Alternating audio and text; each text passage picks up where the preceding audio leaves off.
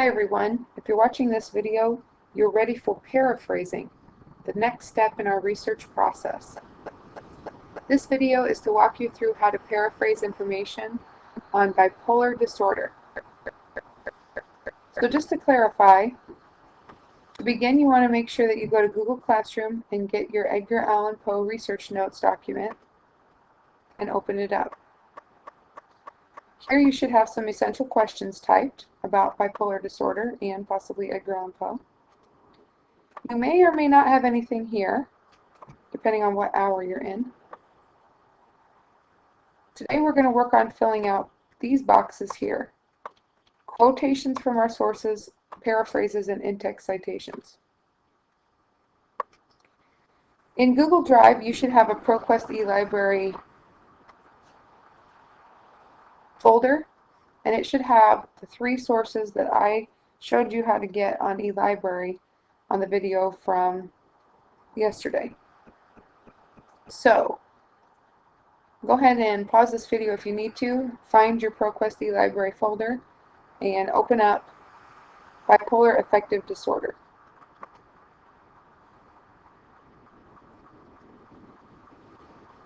The first thing you're going to do is take your citation for the article Bipolar Affective Disorder and put it in the works cited. So select that, copy it, go back over to your Edgar Allan Poe research notes and find where it says create a works cited in the box below. Then all you have to do from there is paste it. If you already have citations in this box, remember to paste them in alphabetical order. The next thing that you're going to do is find the quotes or the pieces of information that you have highlighted from yesterday's video on selective highlighting and take them one at a time, copy, and paste them where it says information used to write quotes. Now, the most important thing that you can do when you copy your information off of your sources is to include the in-text citation. What is the in-text citation, you ask? It's the article title or author's last name. So this fact came from this source. Now watch me, there's no period here. The in-text citation is the author's last name or article title, in this case because we don't have an author. There is no period here. Article titles have quotation marks around them, authors' names do not. This fact has to have this citation. There are no exceptions. Go ahead and pause this video. Make sure you have this quote from the article and this citation. Okay, if you're back with the video, on the video, that means you have copied and pasted the first quote, and basically now all you have to do is repeat that process.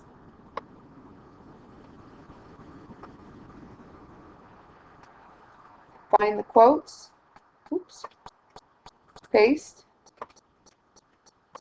and then put in the in-text citation, bipolar affective disorder.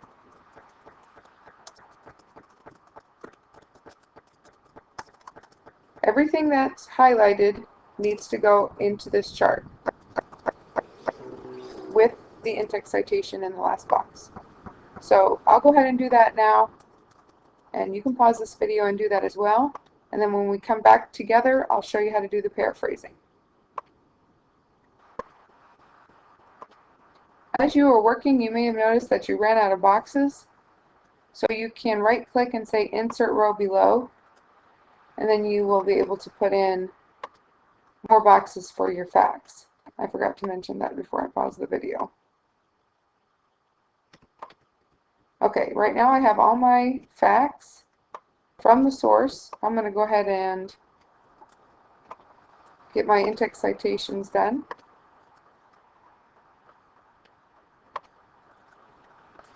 Same source, same citation for each one. Pretty easy. And now I'm going to start paraphrasing. The purpose of a paraphrase is to put information in your own words. So, if you remember from back when we were reading the Cask of Amontillado, we practiced a little bit of paraphrasing. First thing I do when I paraphrase is I look at the original quote and I think about what vocabulary words are in this quote that I would not necessarily use myself. So I would not maybe say inflated. So I make a word list over here underneath the original quote. You can use phrases or words here and then put them in your own way of saying it. So inflated, it's sort of like being big or greater than what it would normally be. If you're not sure on the definition of a word, this would be a good place to go ahead and use Google. Okay, excessively or unreasonably high. Obviously, it doesn't have anything to do with gas. So,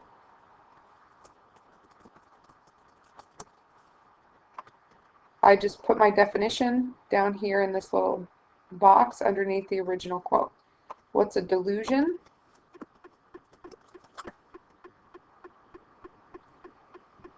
Let's see, the state of being deluded. That doesn't help.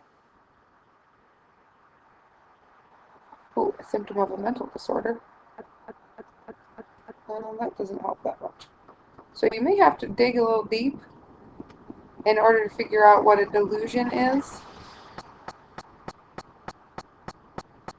You could even use another website like dictionary.com. That's one of my favorites. Oh, false belief. Now isn't that so much better than the other website? Okay, so I basically have some vocabulary words defined here, and now I'm going to come into this middle box and I'm going to figure out how to put this in my own words.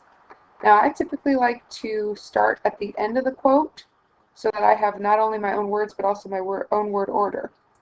So it says, inflated self-esteem which may lead to delusions of great wealth, accomplishment, creativity, and power. Let's see, people who have bipolar disorder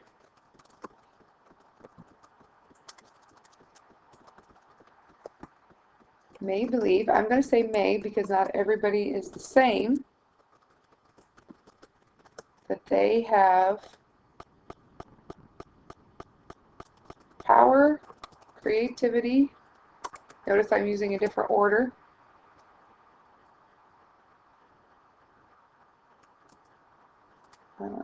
accomplishments,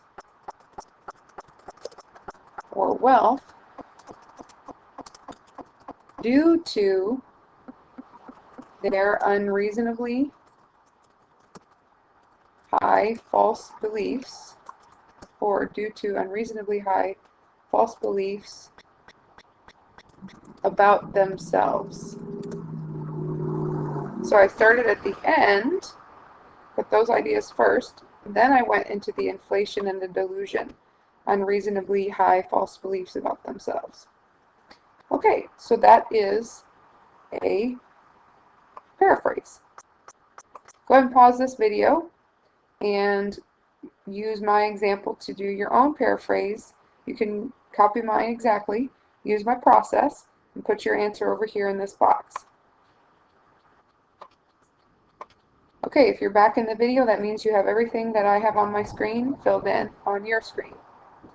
Now we need to go into the second one, loss of social inhibitions. Now this one's shorter, so it's a little bit easier, but we have to know what an inhibition is. So again, I can use a quick dictionary.com search. An inhibition blocks you, blocking or holding back. Inhibition, restraint. If you don't like those definitions, you can try a quick Google search for inhibition and see if that helps. Oh, here we go. The act of inhibiting or restricting. So an inhibition is like a restriction.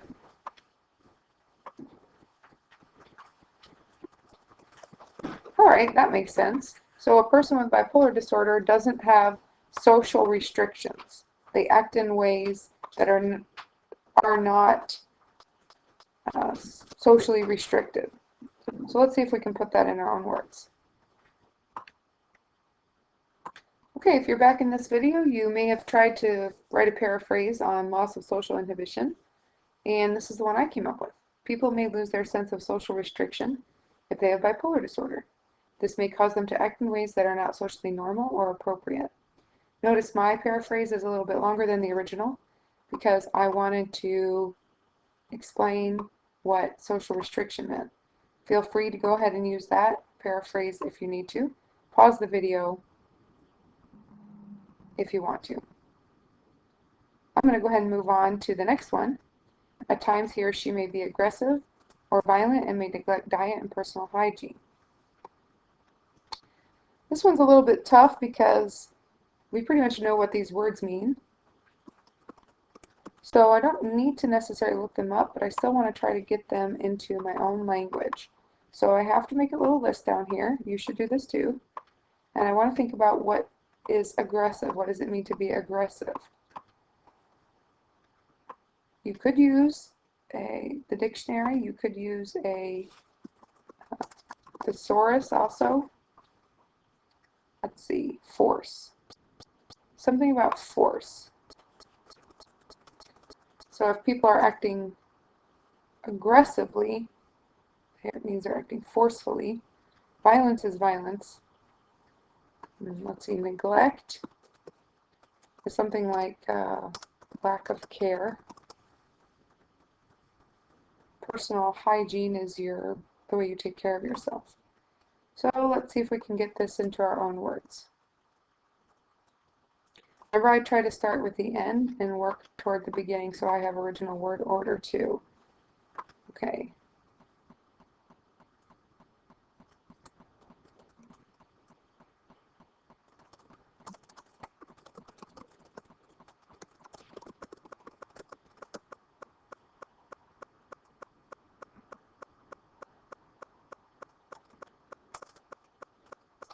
I might say something like people with bipolar disorder may show a lack of care for their personal hygiene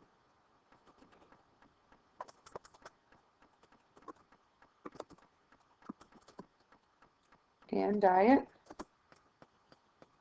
Notice I'm changing the order. They had diet and personal hygiene. I have personal hygiene and diet. Let's see, a lack of care for personal hygiene and diet, or might be violent and forceful with others. Okay, I could spell everything correctly. There we go. Now you have a paraphrase. Now, we've done 3 of these together, and you've seen the process. Use the word list, start at the end of the quote, and work backwards to try to get these things into an original sentence that means the same thing as the quote. Go ahead and pause this video and make sure you have all of these paraphrases done, and then continue on and try to do the last 3 by yourself. Okay, when you're done with trying to do it on your own, come back and play this video again and compare how closely you were able to do the paraphrases as compared to me. Okay, hopefully you've tried these last 3 paraphrases on your own, and now you're just ready to compare what you said to what I said. So I went with, people with bipolar disorder may be unable to enjoy life or pursue their interests. They have no hope for the future. And in a state of mania, they may be filled with energy and creativity. Compare yours to mine, pause this video, and see if you need to make any adjustments. Okay, if you're back, then that means you're ready to go on to using the same process to the next article on bipolar disorder. So, in our ProQuest eLibrary folder, we had also bipolar disorder. Here's the citation and several yellow or whatever color you chose highlighted quotes. So I'm going to go ahead and get the citation, and I'm going to go up and put it in my works cited. Now, how do you know where to put it in the works cited? Well, this citation starts with F, which is after the citation that starts with B. These are alphabetized. Okay, some people get all confused because this is an article and this is an author. It doesn't matter. First word of the citation, that's how you do alphabetization, unless it's a, n, or the. So my two citations now look like that. And then I'm going to go ahead and use the process I showed you before and put in the yellow quotes. So I'll pause this video. When you come back, you should have all your yellow quotes here and your in-text citation here. Okay, if you're back, that means you've pasted all of the facts from the Friedman article into the note sheet and you're ready for paraphrasing. Check your own work. Make sure you have Friedman in parentheses exactly like I have it, no changes, for every quote that you pasted out of that article. And then you're going to go ahead and repeat the process of paraphrasing. So pause the video, see if you can do all the paraphrases, and then come back and check your work. Don't just watch me do it, because that's not going to help you know if you can do it on your own. So here we go. Okay, I've just finished paraphrasing all of the quotes off of the Friedman source, and hopefully if you're watching this video, you have also paraphrased these quotes. So I'll read to you what I came up with, and then you can check my work against your own. So I found that this quote had something to do with intermittent and lifelong, so I went over here and I said, the irregular mood episodes of a person with bipolar disorder can last a long or short time, but they will happen for the person's whole life. The next one talks about mania as a distinct mood episode different from normal functioning, and talked about euphoria and irritability. So I came over here, an extreme tendency to be easily angered or to be really happy are signs of a manic mood episode. The next one talks about grandiosity. People with bipolar disorder may have opinions of themselves that are not based in reality, such as a bigger than normal self-esteem. Notice self-worth was here. I went ahead and changed that to self-esteem. With a launch into multiple projects or unusual social or sexual interest, having social or sexual interests that are not normal, or starting a lot of projects at once are other signs of bipolar disorder. People with bipolar disorder sometimes feel sad, and then I went ahead and combined these two, and have thoughts about suicide or death. Notice this says death or suicide, and I said suicide or death because I like to change the order to make it more original to my own words. So these two I combined. And I already said something about delusions, so I decided not to paraphrase that one. In fact, I'm just going to go ahead and delete that one. Okay. Go ahead and pause that, rewatch it as necessary at any point so that you can see if your paraphrases look like mine. When you're done, we are going to come and get the last source. What does bipolar mania look and feel like?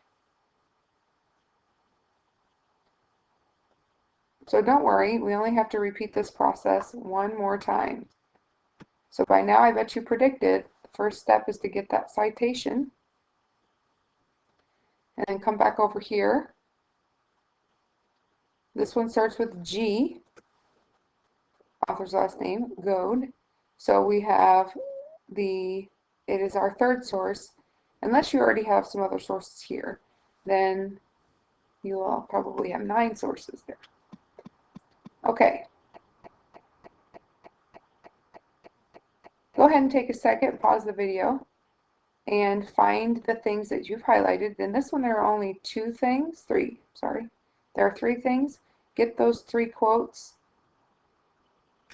out of this article and into your note sheet. And I'll do it too. Okay, if you're back, that means you found the three quotes from that source and you have pasted them in, and then you've pasted in the author's last name over here. Again, it has to look exactly like mine. There are no exceptions. There are no periods, there are no quotation marks, and the G is capitalized. So make sure that is the same. And then go ahead and begin your paraphrasing for this source. I'll do it too, and then you check and see how you did. Okay, here are some paraphrases for the GOAD source. Making their abilities and self-esteem seem greater than they really are is a common attribute of people in a manic state. Notice this one starts off with when someone is manic, and I end it like that with manic. So I'm trying to use some of my own word orders. Even though other people may have accomplishments, a person in a manic state will think that he or she is better than everyone else.